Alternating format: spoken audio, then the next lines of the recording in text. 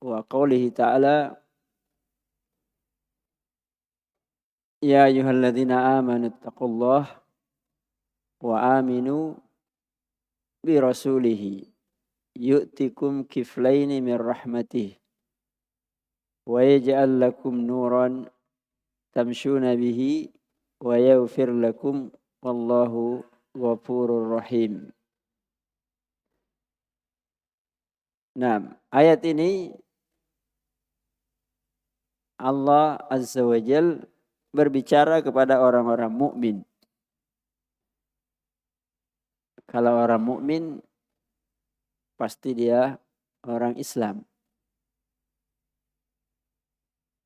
Karena kalau dikatakan ketika dia kalimat yang selalu mewakili satu dengan yang lain, Islam dengan mukmin, albir wa taqwa. Kalau disebut bersendirian maka mewakili yang lain.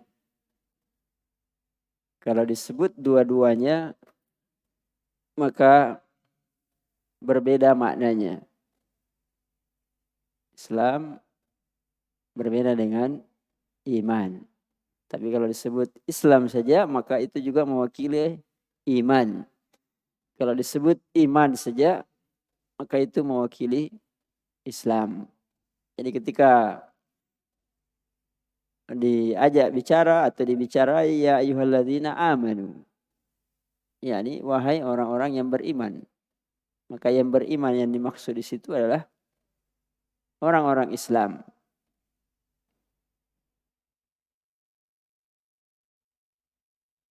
Dan dikatakan iman, mukmin derajat yang lebih tinggi daripada Islam. Ittaqullah. Bertakwalah kepada Allah. Wa aminu bi rasulihi. Berarti di sini ada 3 tingkatan. Ya ayyuhalladzina amanu, yakni Islam. Kemudian yang kedua takwa. Kemudian yang ketiga beriman kepada Rasulnya.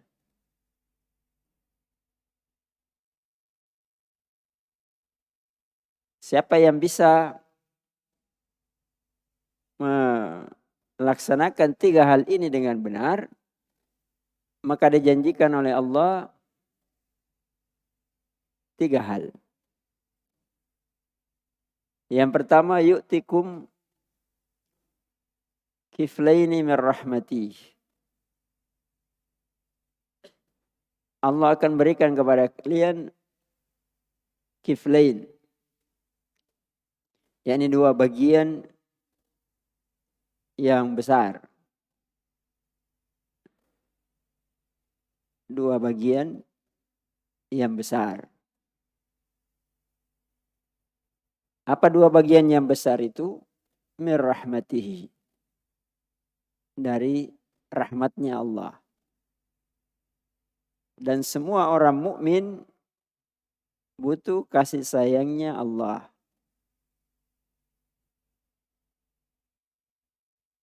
Ketika kita belajar, butuh rahmat dari Allah. Tidak bisa kita belajar kalau tidak disayangi oleh Allah. Ketika kita mau mengajar, tidak bisa mengajar kalau tidak disayangi oleh Allah. Ketika kita mau berbakti kepada kedua orang tua, butuh kasih sayang Allah. Ketika mau menikah, butuh kasih sayang Allah. Ketika miskin, butuh kasih sayang Allah. Ketika kaya, butuh kasih sayang Allah. Bahkan mau masuk surga, butuh kasih sayang Allah. La yadkhulul jannata ahadukum bi amalihi. Tidak ada seorang pun di antara kalian yang bisa masuk surga sebab semata-mata karena amalnya. Sahabat bertanya, wala anta ya Rasulullah? Tidak juga engkau ya Rasulullah? Nabi menjawab, wala ana. Saya juga tidak bisa masuk surga sebab semata-mata karena amalku. Illa taghammadani Allahu bi rahmatihi wa fadlihi. Kecuali karena Allah mencurahkan kepadaku rahmatnya dan kasih sayangnya. Jadi orang yang muslim melaksanakan Islam dengan baik, bertakwa, kemudian beriman kepada Rasulnya, diberikan 2 bagian besar dari rahmat di dunia dan di akhirat. Rahmat ketika dia beramal, rahmat ketika diberi balasan dari amal-amalnya. Dibalas 2 kali lipat pahalanya oleh Allah Subhanahu wa taala.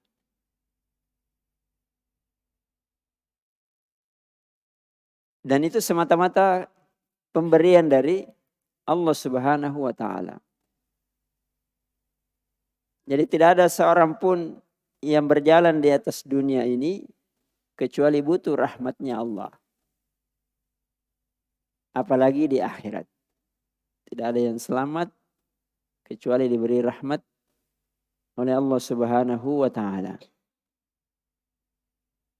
Jadi jangan merasa yang butuh rahmat itu hanyalah misalnya orang kaya atau hanya orang yang alim.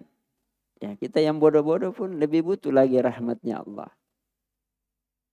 Bisa saja bagaimana telah berlalu ya. Bisa saja orang yang tidak banyak ilmunya, sedikit ilmunya, tapi dirahmati oleh Allah, dia lebih selamat daripada orang yang diberi banyak ilmu tapi tidak dirahmati oleh Allah. Bisa saja orang yang amalannya sedikit, kecil, tapi dirahmati oleh Allah, lebih selamat masuk surga daripada orang yang kelihatan amalnya banyak, ibadahnya besar, tapi tidak dirahmati oleh Allah Subhanahu wa taala. Nah, yang kedua,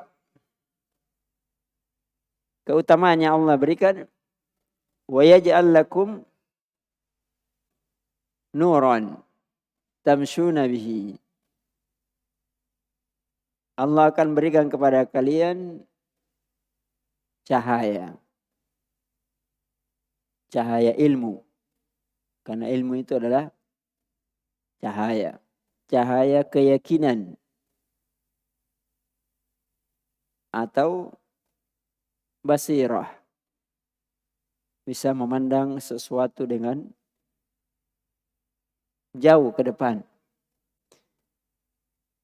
Jadi ilmu yang dalam, yang luas, yang jauh ke depan, ya itulah namanya basirah. Pandangan ya. Bukan sekedar melihat. Tapi memandang.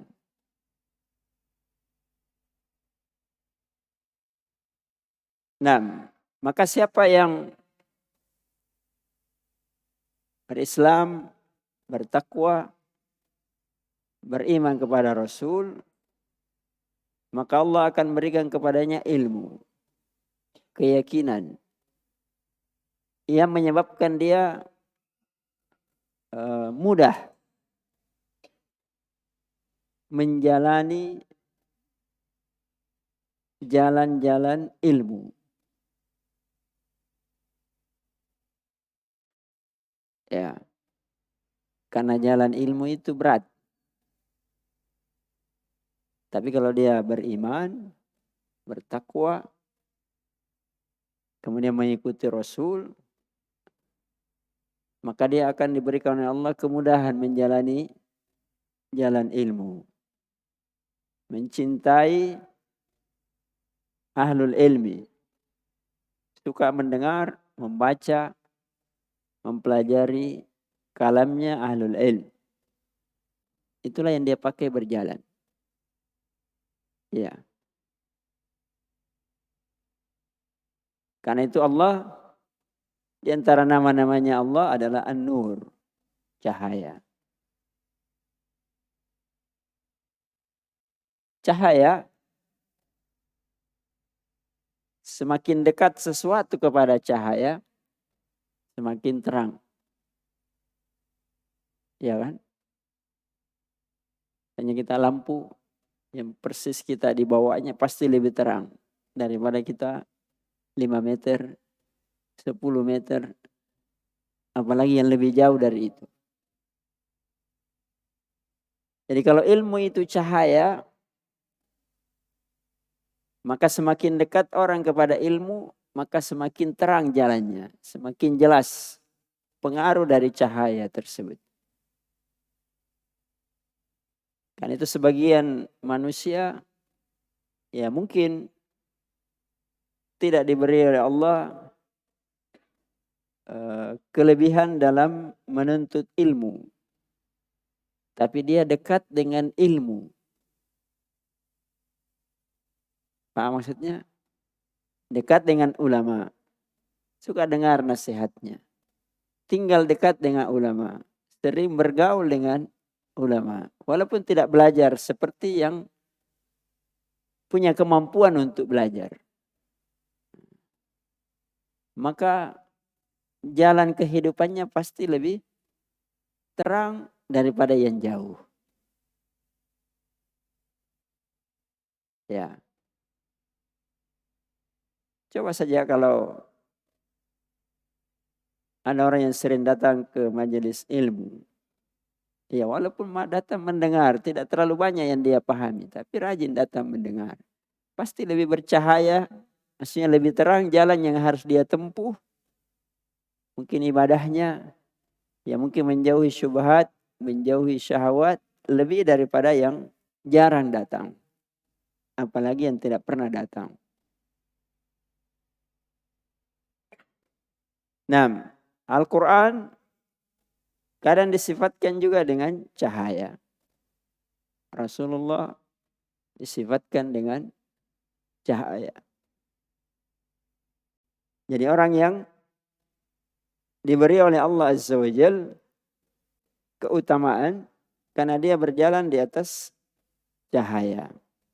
Tunjuk dari Allah, Quran, sunnah, ilmu, maka dia diberi basirah. Sehingga dia berjalan dengan baik dalam kehidupan ya dunia ini. Dan ini Allah tidak beri kecuali kepada ahlul Islam, orang-orang mukmin. Maka kesimpulannya ya, cahaya itu akan semakin kuat, semakin besar ketika ilmunya semakin kuat. Iya.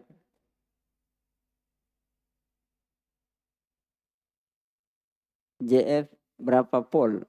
Berapa? Listriknya berapa? Nggak tahu. Kalau ingin cahaya semakin kuat, kan ditambah. Ditambah dayanya, ya.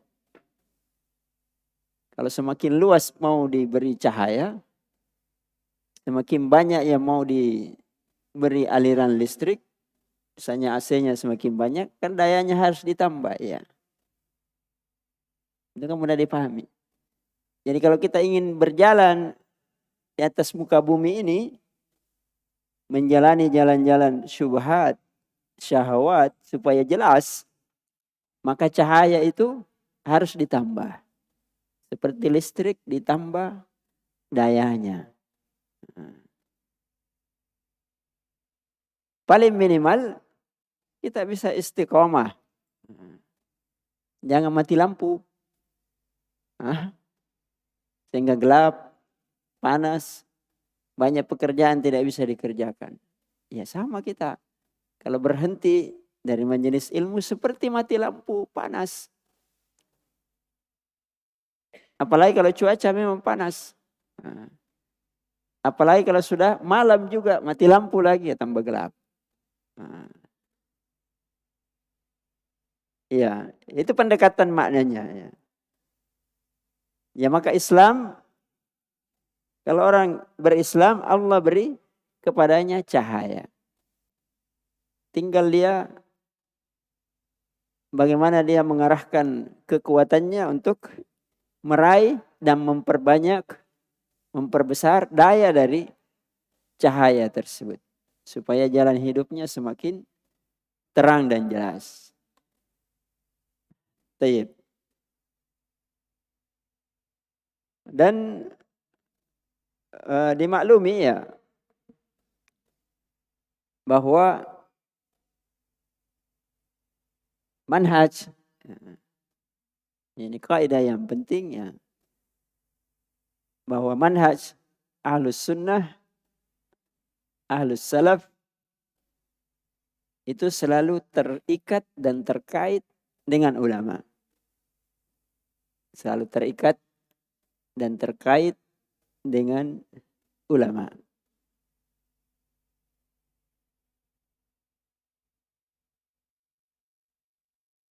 Semakin besar pekerjaan yang ingin dilakukan, amalan yang ingin dikerjakan, semakin harus dekat dengan ulama.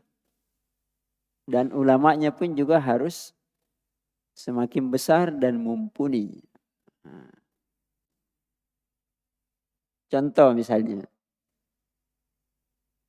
kejadian sekarang yang menimpa Palestina.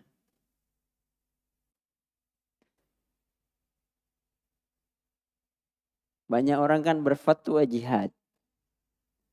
Jihad yang bagaimana? Syarat-syaratnya gimana? Apa harus ada izin dari penguasa atau tidak? Maka di situ nanti akan jelas mana ulama yang dayanya sekian. Mana ulama yang sebenarnya dayanya kecil. Cuma suaranya besar. Berkoar-koar saja. Tapi mati lampu.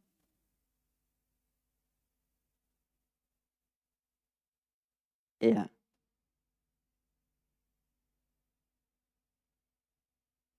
Karena itu ada tulisan yang bagus ya. Sekedar wawasan saja. Karena kenyataan ini sudah terjadi di mana-mana ya. Setiap hari kita dengar. Ada yang tanya seorang dosen di salah satu jamiah di Arab Saudi. Ditanya, ya Syekh, kenapa kejadian di Palestina sepertinya Arab Saudi itu diam. Arab Saudi itu diam. Kemudian orang tambah-tambahi lagi. Oh, Arab Saudi diam, kemudian buat pesta musik. Ya cari-cari kesalahan atau kekurangan.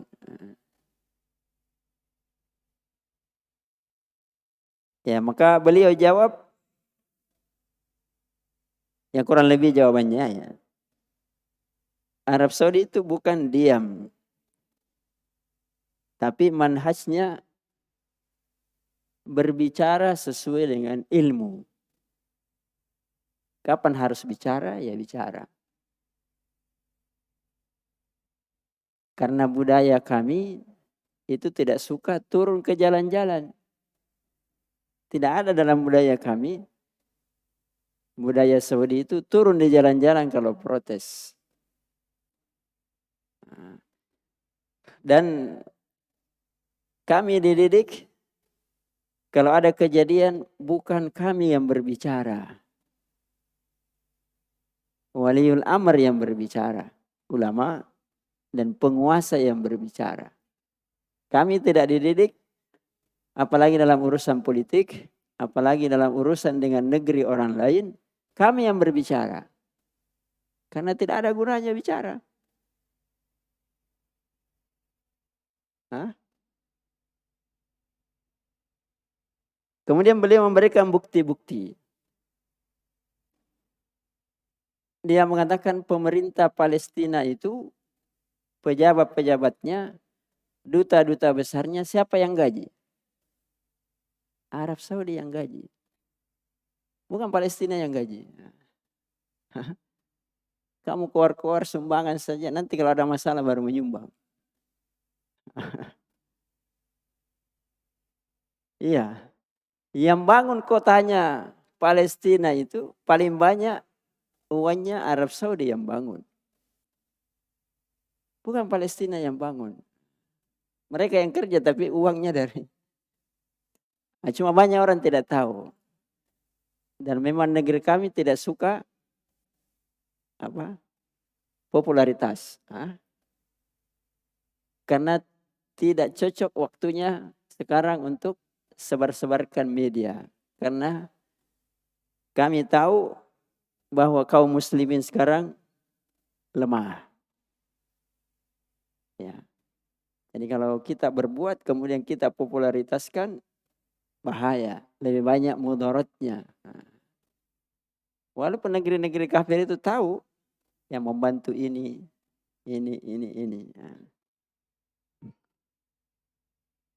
Dan sesungguhnya tujuan utama menguasai Palestina itu setelah Masjidil Aqsa, nanti ujung-ujungnya ke Haramain. Itu ujung-ujungnya sebenarnya. Jadi kalau negeri kami salah langkah sedikit saja, ya bisa kaum muslimin ini selesai semuanya. Tapi itu urusannya sekedar ya gambaran saja. Kapan waktunya bicara, orang bicara. Tapi tidak semua orang bicara kalau urusan umat. Tidak sama dengan kalian. Semua mau bicara. Semua mau turun di jalan. Semua semangat. Setelah itu selesai. Ya, tayyib. Jadi ini manhaj. Quran mengajarkan kepada kita manhaj. Untuk selalu terikat. Dan apa tadi? Terkait dengan ulama. Mendekat kepada orang-orang yang istiqamah di atas Islam, sunnah, ya mengikuti petunjuk salaf supaya tidak tersesat dari jalan yang lurus. Yang ketiga, apa tadi? Wa yaghfir lakum, ya. Ya, di antara keutamaan Islam bagi siapa yang memegang teguh Islam, bertakwa, beriman kepada Rasul, maka dia akan mendapatkan keutamaan diampuni dosa-dosanya. Karena tauhid adalah sebab yang paling besar untuk mendapatkan ampunan. Karena itu sebagian ibadah-ibadah Allah sudah sebutkan ibadah-ibadah itu adalah sebab untuk mendapatkan ampunan. As-salatu ila salah kafaratun lima bainahunna. Salat kepada salat sebab diampuninya dosa-dosa ini dilakukan di antara salat-salat tersebut. Ramadan ila Ramadan. Umrah ila umrah. Al-hajjul mabrur laisa lahu jazaa'un illa al-jannah. Ya. Man hajja wa lam yarfus wa lam yafsuk raja'a ka yauma waladathu ummuh. Itu kan semuanya ampunan. Orang yang naik haji, hajinya baik, tidak suka kalimat-kalimat cabul, tidak melakukan amalan-amalan kefasikan, maka ketika dia pulang seperti baru dilahirkan oleh ibunya. Kan penggugur dosa semua. Jadi yaghfir lakum. Jadi ini keutamaan. Kalau kalian berislam itu jaminan dosa-dosa kalian diampuni. Ini kan keutamaan. Bahkan Allah Azza wa Jalla dalam hadis qudsi mengatakan ya ibna Adam. Ini juga ada dalam kitab Tauhid. Ya ibna Adam, innaka law ataitani bi qurabil ardi khataya la ataituka bi qurabil ardi maghfiratan. Idza laqitani la tusyrik bi syai'a. Ya wahai anak cucu Adam, seandainya engkau datang kepadaku dengan sepenuh bumi ini kesalahan. Ya, seandainya kesalahan itu disusun, penuh bumi ini kesalahan. Maka saya akan mendatangi kalian, artinya membalas kalian dengan sepenuh bumi pula ampunan. Dengan satu syarat. La tusyrik bi syai'a. Kalian tidak berbuat syirik kepadaku. Ini kan keutamaan. Ya bukan disuruh orang berbuat kesalahan, tidak. Bukan disuruh orang yang banyak-banyak berbuat salah ya. Yang penting pasti diampuni, tidak. Tapi maksudnya ini jaminan. Ini keutamaan bahwa Islam itu menjadi jaminan diampuninya dosa. Ya. Jadi ini keutamaan yang besar bagi orang yang mengetahui bagaimana keutamaan Islam. Maka tentu bagi yang mengerti mendengar kalimat tersebut, maka dia tidak mau mengganti Islam dengan apapun. Ya. Taib. Berikutnya ya.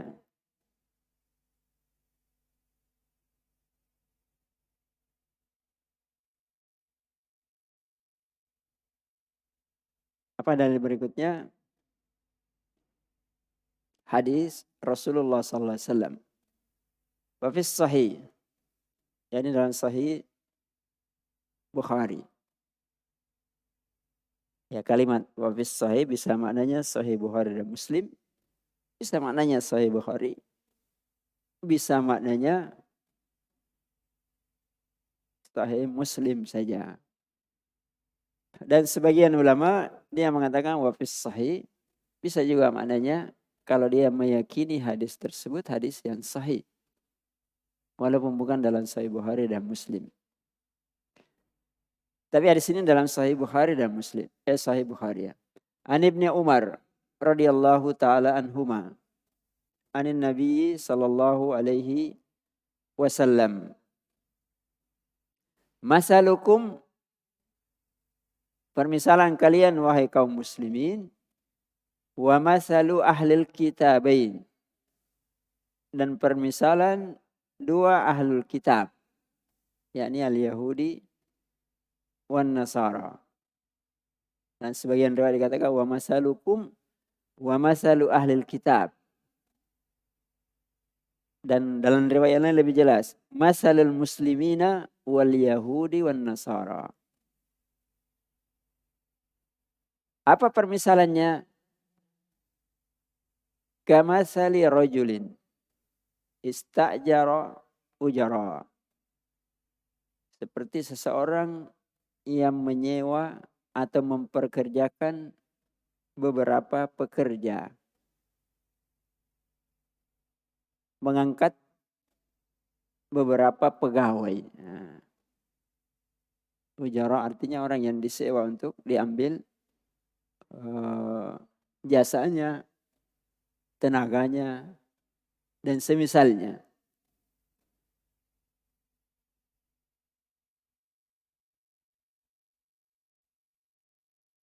Faqala, maka orang tadi berkata kepada pegawai-pegawainya, pekerja-pekerjanya,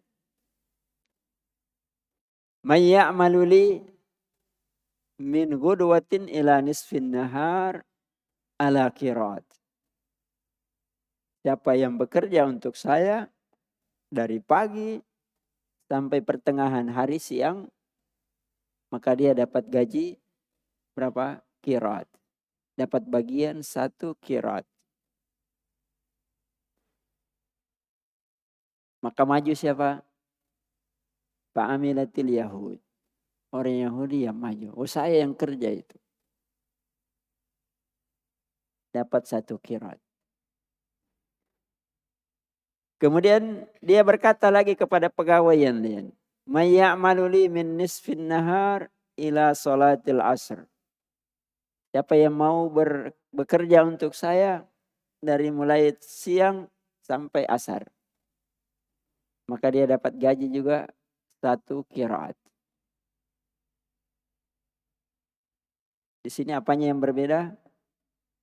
Waktu ya, waktunya. Ada yang bekerja dari pagi sampai siang, ada yang bekerja dari siang sampai sore, asar. Gajinya sama, 1 qiraat. Sekarang mana lebih panjang waktunya? Pagi sampai siang atau siang sampai asar? Ya, yang pertama lebih panjang. Tapi gajinya sama. Jadi sudah Yahudi, fa'amilatin Nasara. Maka sudah Yahudi, kemudian yang kedua tadi orang Nasara yang bekerja. Tsumma qala may ya'malu li minal asri ila an taghibas syams. Siapa yang mau bekerja untukku dari salat asar sampai maghrib, maka baginya 2 qiraat. Qiraatain. Tidak ada pilihan lain lagi. Sudah orang Yahudi, sudah orang Nasara. Fa antum hum. Maka kalian yang kerja, karena yang Yahudi dan Nasara sudah tadi bekerja. Faghadibatil yahudu wan nasara. Maka orang-orang Yahudi dan orang Nasara marah-marah. Kenapa marah? Protes. Qalu malana aktsaru amalan wa aqallu ajra. Kenapa kita ini pekerjaannya lebih lama, lebih panjang, lebih berat, tapi gajinya lebih kecil? Apa jawaban Allah? Hal naqastukum min haqqikum syai'a? Apakah saya kurangi dari hak kalian sedikit pun? Saya janjikan 1 qiraat. Apakah saya kurangi jadi 1/2 qiraat? Tidak bisa dia jawab. Kenapa? Karena diberikan haknya sesuai dengan perjanjian. 1 qiraat ya 1 qiraat. Dan ditawarkan pekerjaan itu siapa yang mau? Dia yang mau kan? Bukan yang menawarkan yang mau, tapi dia yang mau. Maksudnya di sini apakah dizalimi atau tidak? Tidak dizalimi sedikit pun. Qalu la. Mereka menjawab tidak dikurangi sedikit pun. Qala, maka Allah menjawab, dzalika fadli utihi man asya. Ya, itulah keutamaanku. Saya berikan siapa yang saya inginkan. Ini kan jelas keutamaan yang luar biasa kepada umat ini. Ketika Allah khususkan kepadanya dari umat-umat sebelumnya dengan tambahan pahala. Ya. Tambahan pahala. Sudah tadi disebutkan keutamaan sebelumnya. Dan umat ini, ya nanti dalil yang berikutnya lebih jelas lagi ya. Dan keistimewaan umat ini bahwa umat ini tidak akan berkumpul di atas kesesatan. Karena itu apa yang disepakati umat ini adalah dalil. Karena tidak mungkin mereka sepakat di atas kesesatan. La tajtami'u ummati ala dhalalah. Kan itu ayat yang sering kita dengar, wa may yushakkikir rasul min ba'di ma tabayyana lahul huda wa yattabi ghaira sabilil mu'minin. Sabilil mu'minin di sini jalannya orang mukmin sebelum mereka terpecah belah. Ya, sebelum mereka berselisih. Itulah jalannya para salaf. Dan itulah yang disepakati bahwa ijma mereka yang dianggap adalah ijma ketika mereka tidak menyelisihi para salaf. Apalagi kalau ijma'nya ya salaf. Nah, ketika Allah mengatakan ini adalah keutamaanku yang saya berikan kepada siapa yang saya kehendaki. Artinya keutamaan ini dari Allah. Bukan dari makhluk. Jadi ketika kita diberi Islam, kita ditakdirkan, diberi hidayah menjadi orang muslim, siapa yang memberi? Allah. Ya. Ketika kita diberi hidayah untuk ibadah sesuai dengan Islam, siapa yang memberi? Ya Allah.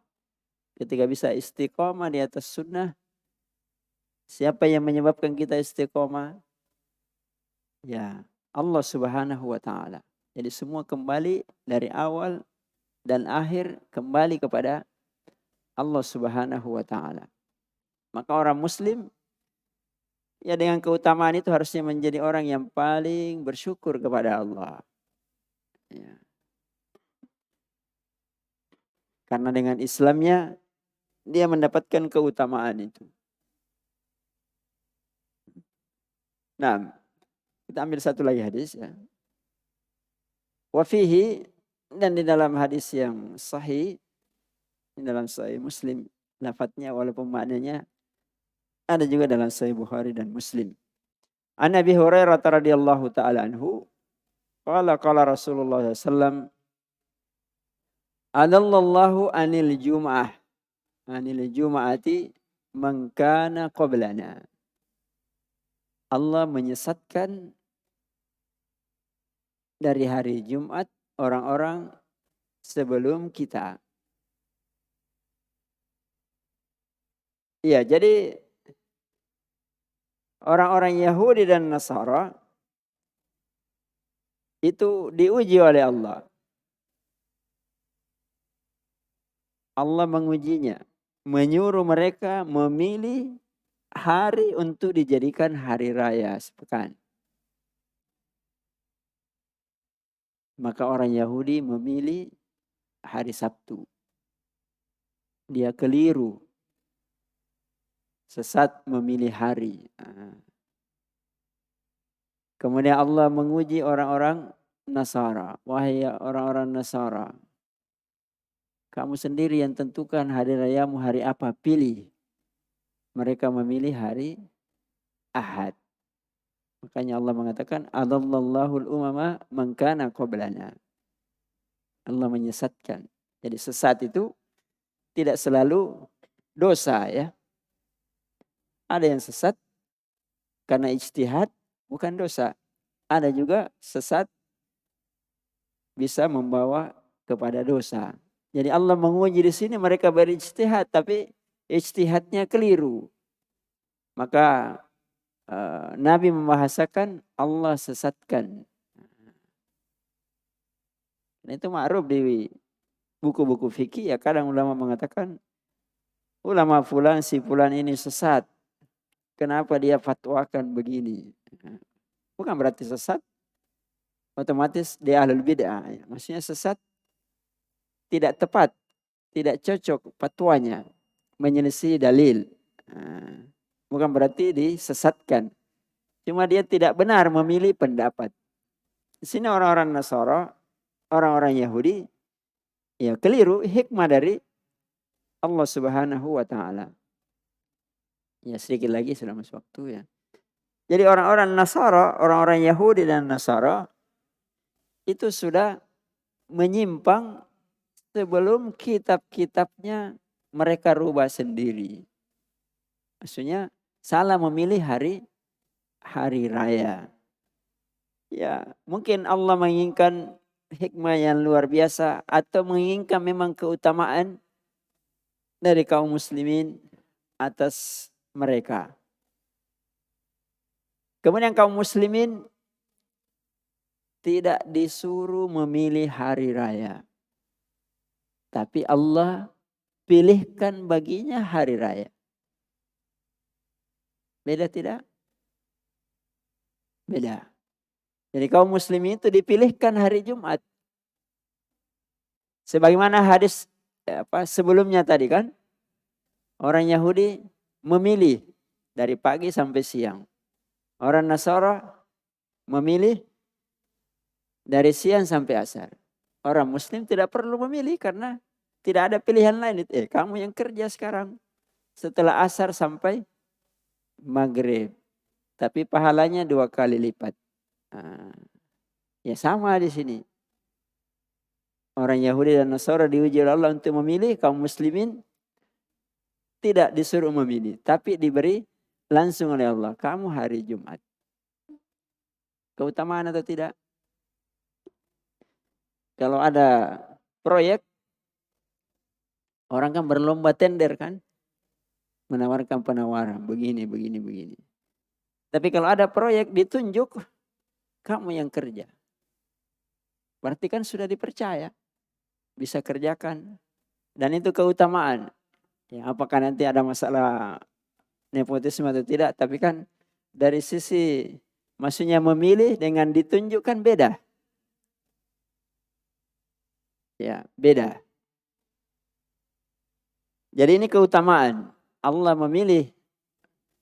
Allah memilihkan untuk umat ini. Fahadanya liyaumil jum'ah.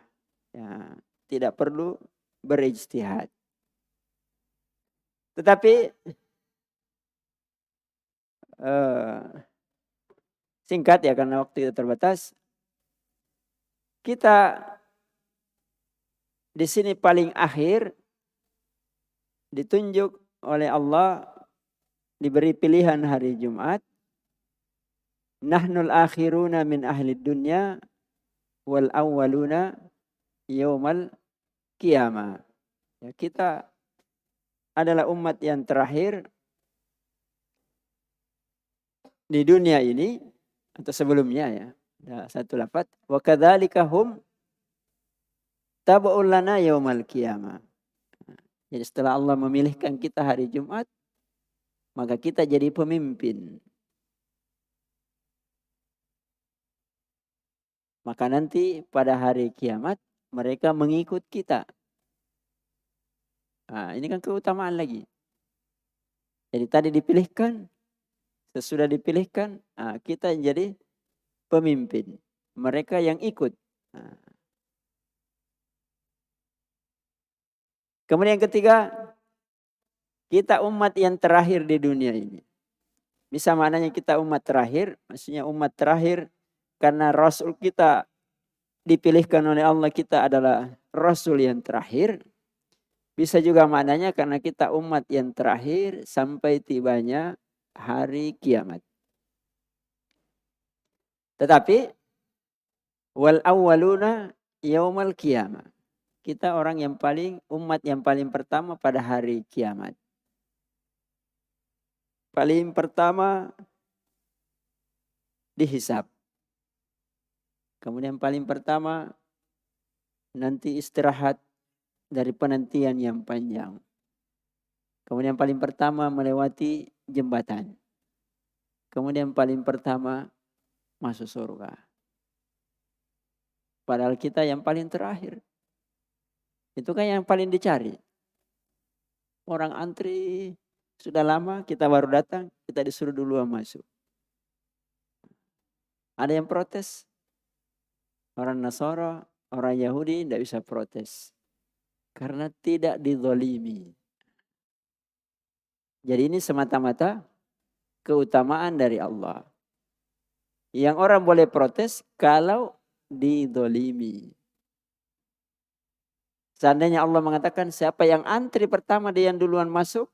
Tiba-tiba kita masuk duluan, ya itu namanya menzalimi. Ya kan? Tapi ini kan tidak. Jadi Allah memberikan keutamaan itu semata-mata memang karena Allah yang memilih. ya memilihkan untuk kaum muslimin.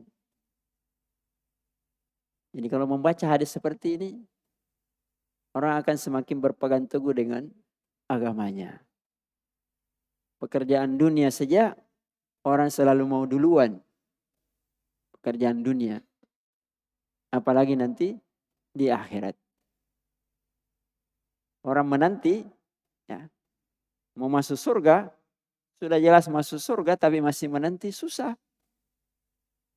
Hah? Ya susah. Makanya penduduk surga semua datang kepada para nabi, para rasul, menghadap kepada Allah supaya kita tidak menunggu terus di sini. Walaupun sudah pasti kita masuk surga. Tapi menunggu kan pekerjaan yang paling tidak enak. Ya. Nah, ala kulli hal, ya jamaah sekalian, ini jelas menunjukkan bahwa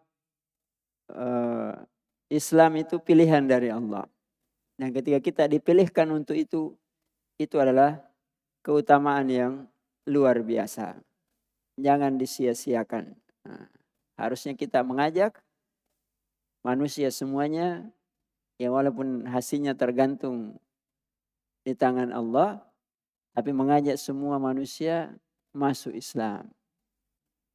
Jadi kita yang paling terakhir, tapi kita paling duluan. Kita yang paling terakhir dan juga jumlahnya paling banyak masuk surga. Jadi semua keutamaan itu ada pada kita. Ya makanya kalau orang Yahudi dan Nasara benci, sampai ubun-ubunnya ya wajar. Karena mereka tahu keutamaan itu. Membaca. Tapi namanya hidayah, ya di tangan Allah. Sudah kita kisahkan yang lalu ya sebagai penutup. Abu Lahab tidak masuk Islam kan. Walaupun diturunkan ayat. Khusus untuk dia ketika dia masih hidup. Tabat yada abi lahabin watab. Dan seterusnya satu surat. Dia masih hidup turun itu ayat. Tapi karena Allah tidak memberi hidayah, ya tidak beriman. Jadi apalagi orang yang tidak diturunkan ayat kepadanya. Nah, kalau tidak beriman ya memang itu haknya Allah. Jadi tugas kita hanya menyampaikan. Ya maka kita sangat bersyukur ketika mendapatkan hidayah. Karena orang yang diturunkan ayat sudah diancam pun belum tentu beriman. Jadi kalau kita hanya mendengar pun dari ustadz kecil, ya bersyukur. Banyak orang mendengar dari ulama belum tentu beriman. Ada orang yang tinggal di Haramain, di dekat Ka'bah belum tentu beriman. Ya, karena itu iman itu, hidayah itu mahal. Jadi seakan-akan Syekh menyebutkan di sini fadlul Islam supaya orang yang berislam itu berpegang teguh dengan agamanya, jangan sia-siakan. Nah, saya kira cukup ya. Waktu kita sudah habis, insyaallah akan kita lanjutkan pada pertemuan yang akan datang. Sallallahu alaihi wasallam ala nabiyina Muhammad wa ala alihi wa ashabihi wa man tabi'ahum bi ihsan ila yaumil subhana rabbika rabbil izzati amma yasifun salamun alal mursalin wa akhiru da'wana alhamdulillahi rabbil alamin. Assalamualaikum warahmatullahi wabarakatuh.